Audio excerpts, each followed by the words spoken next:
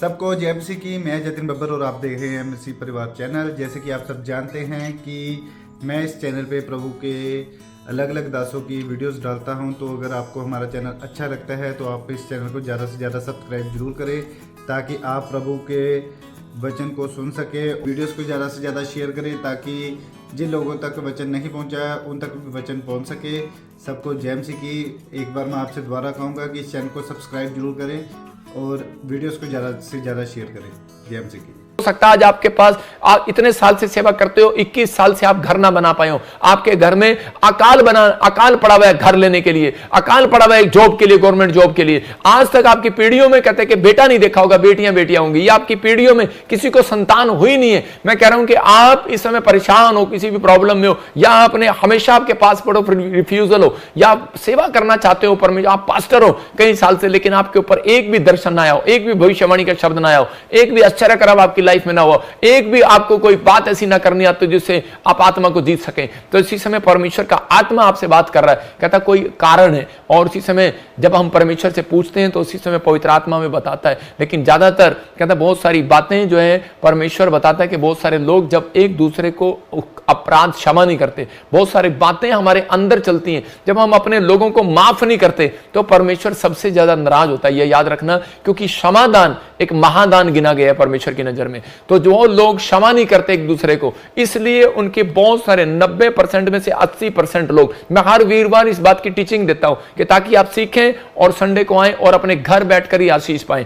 और इसी समय 90% लोग कहता है वो लोग कई बार क्षमादान नहीं है उनके अंदर क्षमा का हृदय नहीं है, इसलिए कहता है वो लोग पीड़ा में है और समस्या में है, प्रॉब्लम में है। इसलिए आज भी उनके घर में जो चीज वो मांगते हैं वो उनके पास नहीं है, जो वो चीज चाहते हैं वो नहीं है। लेकिन परमेश्वर ऐसा नहीं है। यिर्मयाह को उसने कहा मैं तेरे मांगने से पहले तुझे दे दूंगा। तो इसका मतलब परमेश्वर तो आपको देना चाहता है, लेकिन आप कहता है कि नहीं ले पाए। कारण यही है। एक बार एक आदमी मेरे पास आया महाराज से, और इसी समय आके मेरे से प्रार्थना करने लगा और कहने लगा पास्टर जी हमारे पास, मेरे दादे परदादों के पास, मेरे बाप के पास घर था, बंगले थे बॉम्बे में, और इसी समय महाराष्ट्र से हूं, और बाग थे, ये थे वो थे, समुद्र में ये थी वो थी, पता नहीं क्या क्या बता रहा था। लेकिन उस समय बोलने लगा, कहता है लेकिन आज कहता हमारी हालत है कि पैर में चप्पल भी नहीं है, हम टूटी हुई चप्पल पहन कर आए हैं। कहता है प्रॉफिट जी हमारे लिए ऐसी प्रेयर करो कि हमारा हो जाए। मैं प्रार्थना भी करता हूं, मैं दान भी देता हूं, भेंट भी देता हूं, दशवांश भी देता हूं, मैं सब कुछ करता हूं, लेकिन मेरी गलती कहां है मुझे बताओ।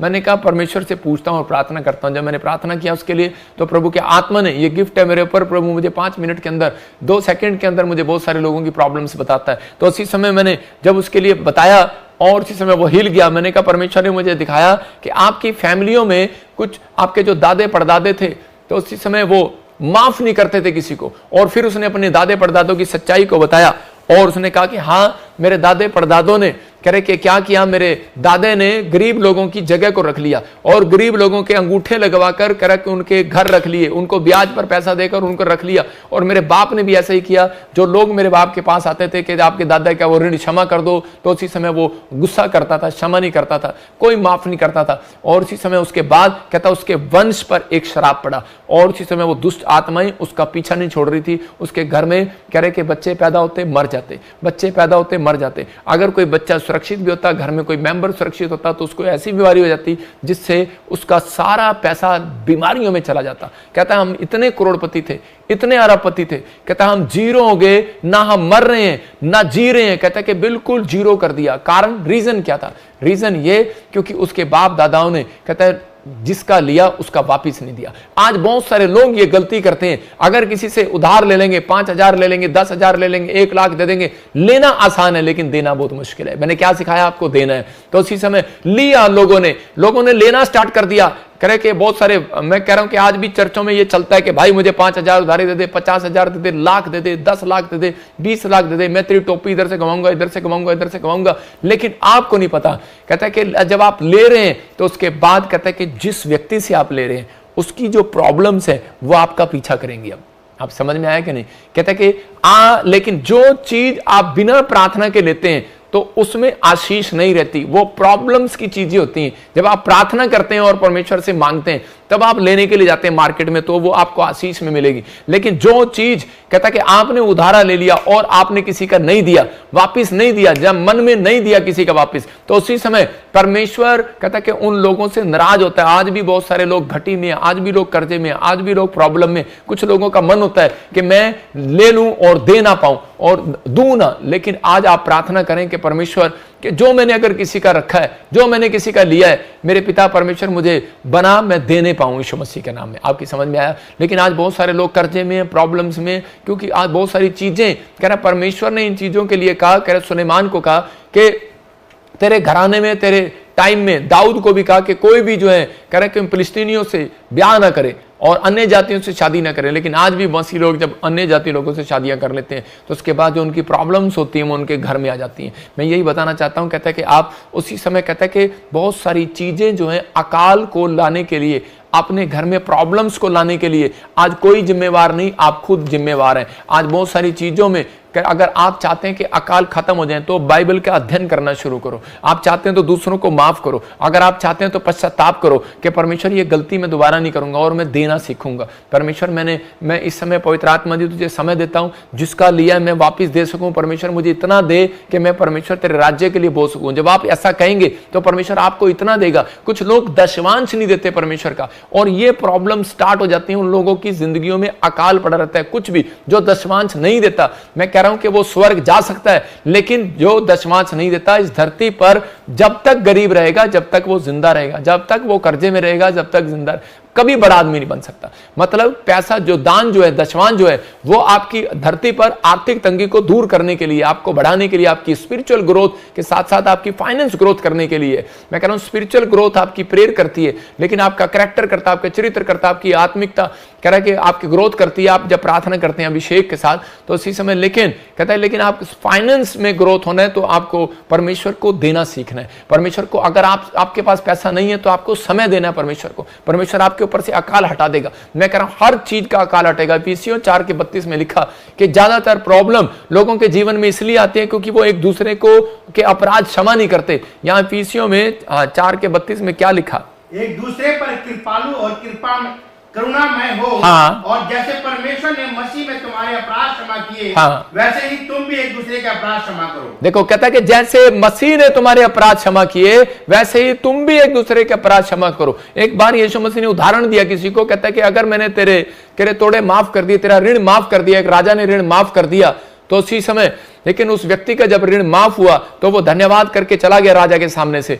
लेकिन उसके बाद जब उसका नौकर आया, कहता है कि राजा मेरे पास पैसे नहीं है, मेरा ऋण माफ कर दे, लेकिन वो उसने उसको जेल में डलवा दिया। तो उसी समय राजा ने जब इस बात को पता लगा कि मैंने जब तेरा ऋण माफ कराया तो ऋण माफ किया, तुझे अपने नौकर का भी ऋण माफ करना था, लेकिन उसी समय कि जब उसने कहता कि तूने उसका माफ नहीं किया, कह रहा मैं तुझे भी जेल में डालता हूं। तो इसका मतलब ये कहता कि जब आप दूसरों के अपराध क्षमा नहीं कर सकते तो फिर आप क्या आशा रख सकते हैं कि परमेश्वर आपको आपकी प्रार्थनाओं का उत्तर देगा? वो परमेश्वर आपकी प्रार्थनाओं का उत्तर कभी नहीं देगा। आज बहुत सारे लोग ये चाहते हैं कि मेरे अपराध क्षमा हो जाएं, लेकिन परमेश्वर चाहता है कि आप दूसरों के अपराध क्षमा करें। अगर मैं तेरे अपराध क्षमा कर रहा हूं तो ये देना है, ये गिफ्ट है, ये गिविंग। मैं कह रहा हूं कि देना है, आपने भी ये करके दिखाना है कि मेरे पाप क्षमा हुए, ये ले भाई तू भी ले, ये दान ये भी तू भी ले, तो उसके भी पाप क्षमा करें। तो इसी समय पवित्र आत्मा चाहता है कि आप दूसरों के अपराधों को क्षमा करें। वो व्यक्ति हमेशा अमीर होगा, रिच होगा, जो दूसरों को माफ करने वाला होगा। वो व्यक्ति गरीब होगा जो दूसरों के लिए बैर भावना रखता होगा,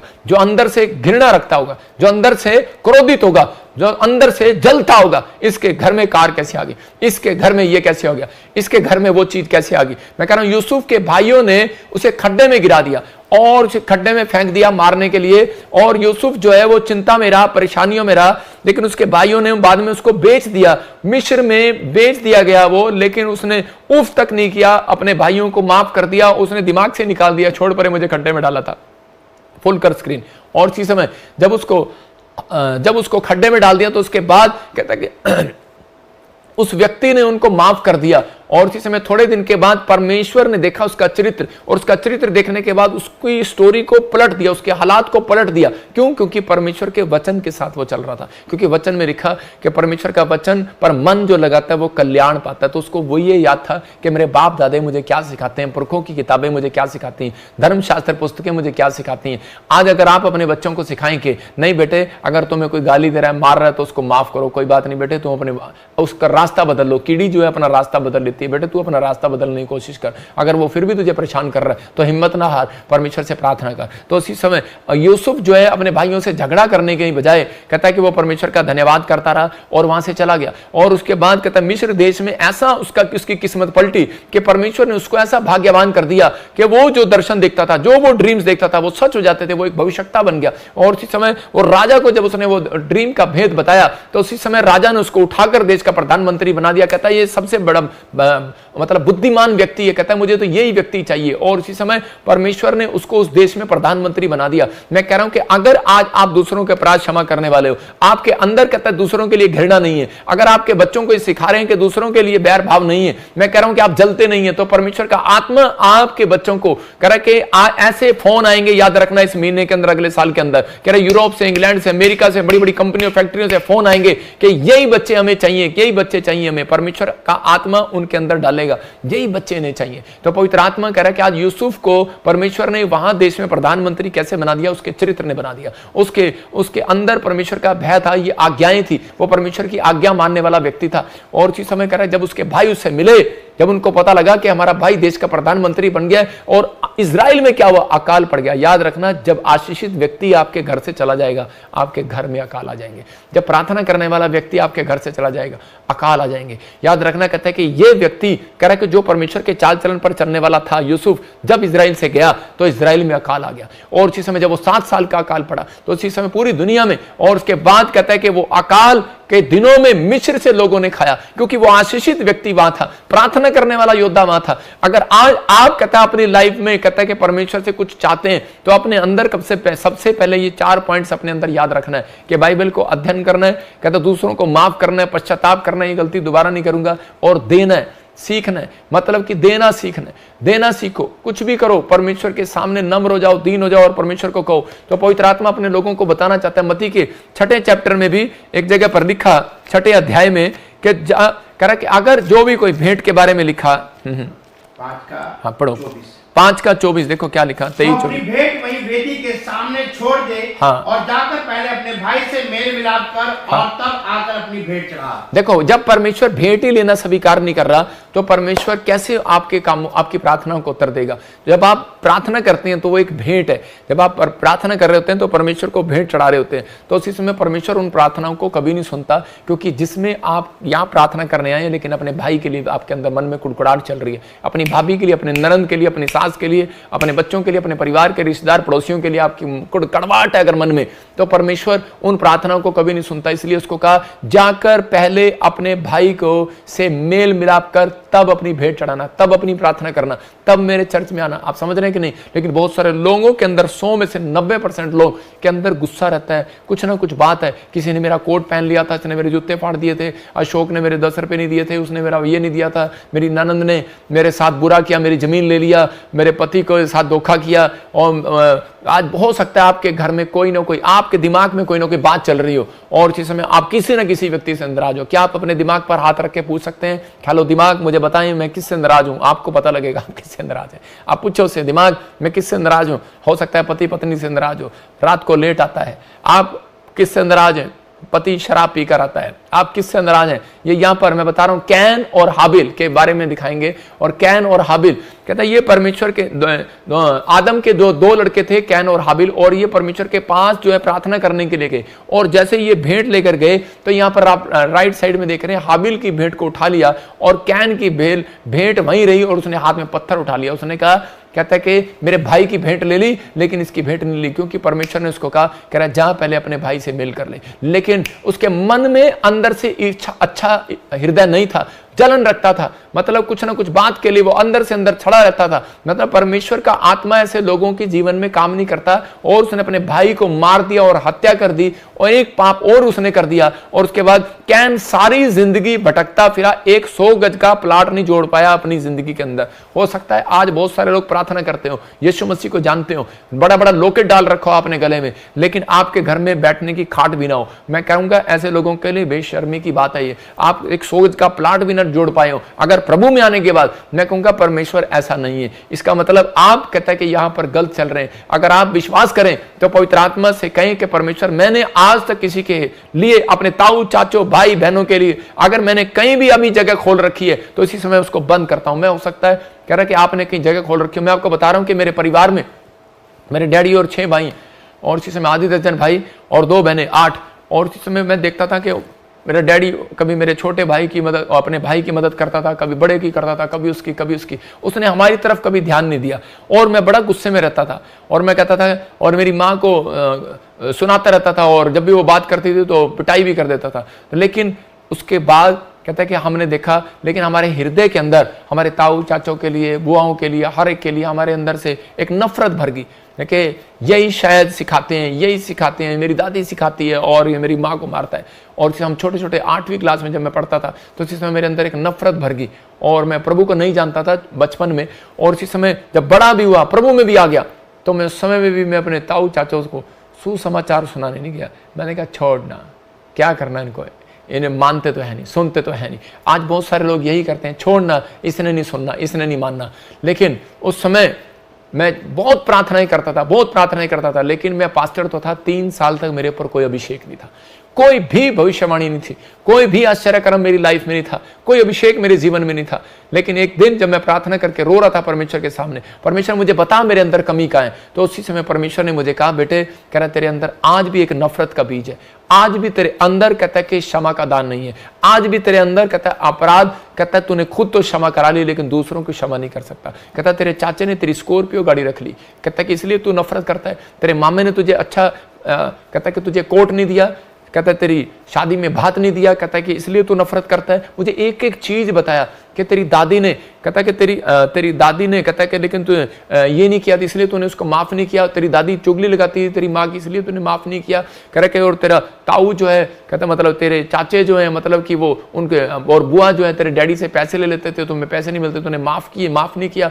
और इसी समय मैंने घुटने टेके और उस दिन माफ किया मैंने सबको। मैंने कहा परमेश्वर माफ करता हूं। हो सकता है करा कि आज आपका रिश्तेदार या आपका दुश्मन, कहता है कोई बॉम्बे में बैठा हो, कोई अमेरिका में बैठा हो, कोई कनाडा में बैठा हो, लेकिन कहता है कि आप वहां ना जा सकते हो, लेकिन आज हाथ उठाकर कह सकते हैं परमेश्वर मैं आज उसे दिल से माफ करता हूं यीशु के नाम में। जब मौका मिलेगा मैं पवित्र आत्मा उससे मेल करूंगा यीशु मसीह के नाम में। मौका का मतलब कि कभी कोई अवसर मिलेगा, हो सकता है ब्याह शादी में आप जाएं और आपको अवसर मिले और वो आपके सामने आए और आप उसे किनारा करके चले गए, तो ये गलत बात। आप उसी समय नमस्कार करें उसे, आपका मेल उस समय परमेश्वर ने कर दिया। हालेलुया। वो चाहे कुछ भी करे, ये नहीं जय मसीह की अंदर जाएगा तेरी टांग टूट जा, मतलब आप अंदर कुछ हैं और बाहर कुछ हैं। कटोरा अंदर से और बाहर से दोनों मजे होंगे तो अच्छे लगते हैं, तो आप, लेकिन अधिकतर अंदर से मजा होगा तो खिचड़ी अंदर अच्छी लगेगी। याद रखना, कहता है कि कोई ऐसे नहीं करता ऊपर रख के नहीं खाता खिचड़ी, तो आपको अंदर से मजा हुआ चाहिए, क्योंकि परमेश्वर आपको मनों से जांचने वाला परमेश्वर है, ऊपर से नहीं अंदर से जांचने वाला परमेश्वर है। इसलिए कहता है जब आप सही रीति से करते हैं, जब मैंने 3 साल के अंदर ये चीजें सीखी मैंने, और उसके बाद परमेश्वर मेरे ऊपर दान वरदान बढ़ाता रहा, बढ़ता गया। मैं कह रहा हूं कि आज भी बहुत सारे लोग कहते हैं मेरे खिलाफ बोलते हैं, आज भी बहुत सारे लोग दबा लगे रहते हैं कहीं भी, और लेकिन मैं कभी भी किसी के खिलाफ नहीं बोलता। मैं कहा परमेश्वर तेरा धन्यवाद। लेकिन हाँ, जब मुझे गुस्सा आता है तो सिर्फ वचन के लिए आता है, और इसी समय अगर कोई वचन के खिलाफ कोई बहस कर रहा है तो उसको मैं जरूर एक बार बोलता हूं, मैंने कहा शांत हो जा, परमेश्वर का क्रोध तेरे ऊपर आने वाला है।